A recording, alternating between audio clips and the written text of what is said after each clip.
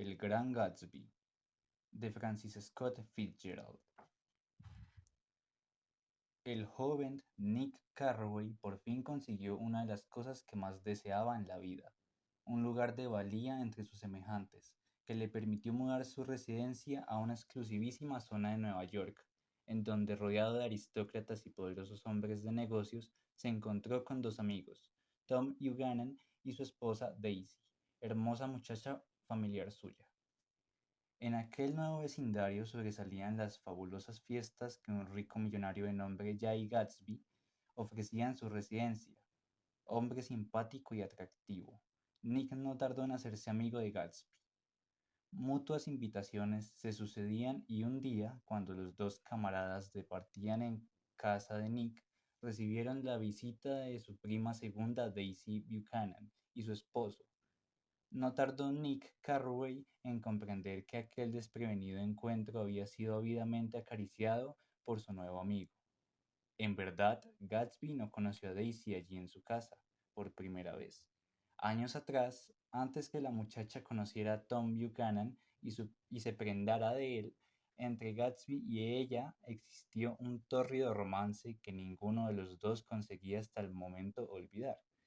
En aquellos tiempos, High Gatsby estaba muy distante de ser el dadivoso millonario del presente. Precisamente sus escasos recursos contribuyeron a la separación de la amada. Desde entonces, el afligido muchacho decidió convertirse en un hombre de fortuna, al precio que fuera necesario. Y efectivamente, sus ambiciones y deseos pudieron cumplirse cuando consiguió conectarse con un grupo de hábiles delincuentes que se entregaban a los lucrativos negocios del contrabando. Ya enriquecido, Gatsby, quien nunca olvidó a su enamorada, empleó todos los recursos de su reciente poder y siguió su rastro hasta el aristocrático barrio. Entonces, porfió hasta conseguir apropiarse de una suntuosa mansión en las inmediaciones y desde allí, mediante faraónicos convites, averiguó la esperanza de traer a su amada. Las cosas, sin embargo, no se dieron según sus deseos, pues Tom Buchanan, el marido de Daisy, no veía con buenos ojos a aquel vecino estridente y vanidoso y no quiso aceptar ninguna de sus invitaciones. Por eso, cuando Nick Carraway apareció en escena, Gatsby inmediatamente concibió el propósito de frecuentarlo, convencido, con razón, de que por su intermedio podría lograr la cercanía anhelada. A Daisy Buchanan, la súbita aparición del extraviado amante, superados los primeros momentos de miedo y confusión, no le fue desagradable. Todo lo contrario, llevada como la mayoría de las jóvenes de su generación por un desmesurado afán de lucro y riqueza, luego de separarse de su amor empobrecido, no dudó en aceptar las ofertas del matrimonio que el riquísimo Tom le ofreciera. Pero muy pronto la muchacha comprendió las infinitas consecuencias de aquel acto, que en medio de la avidez de su primera juventud no pudo siquiera imaginar. Tom era un hombre rico, sí, le ofrecía aquello que siempre había deseado, pero su corazón era lejano y desabrido, y muy pronto la soledad y la insatisfacción nublaron el clarísimo horizonte de sus sueños. Tom, por otra parte, hastiado también de la compañía de su esposa, frecuentaba cada vez con mayor asiduidad la compañía de otras mujeres, lo cual enturbiaba el ánimo de Daisy y la predisponía al rencor y a la venganza. Así las cosas, la inusitada cercanía del Gran Gatsby, llamada ahora así por el esplendor legendario de sus invitaciones y festines, la llenó de turbación. Pronto su corazón dio muestras de debilidad y un buen día, sin mayores remordimientos, regresó al lecho de su amante y reencontró con él algo de la perdida felicidad. Sin embargo, la huella del tiempo perdido es indeleble. Pese a todos sus esfuerzos, Daisy no logró encontrar la plenitud en la compañía de Gatsby.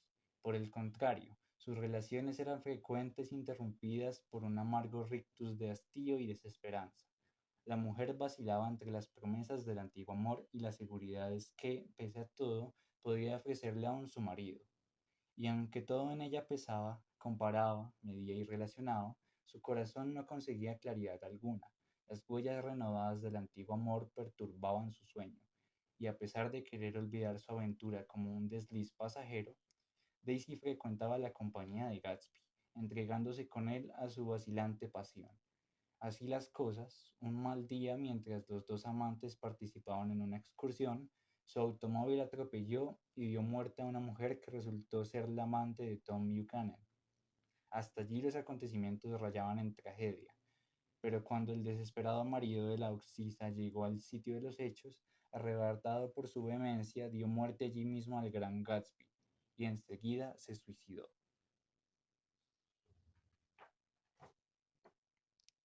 El autor y su obra.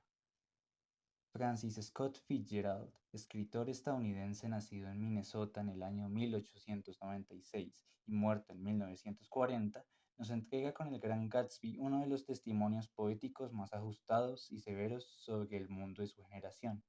Situada en los años posteriores a la Primera Guerra Mundial, la historia desarrollada en El Gran Gatsby da cuenta de una década en la historia de los Estados Unidos.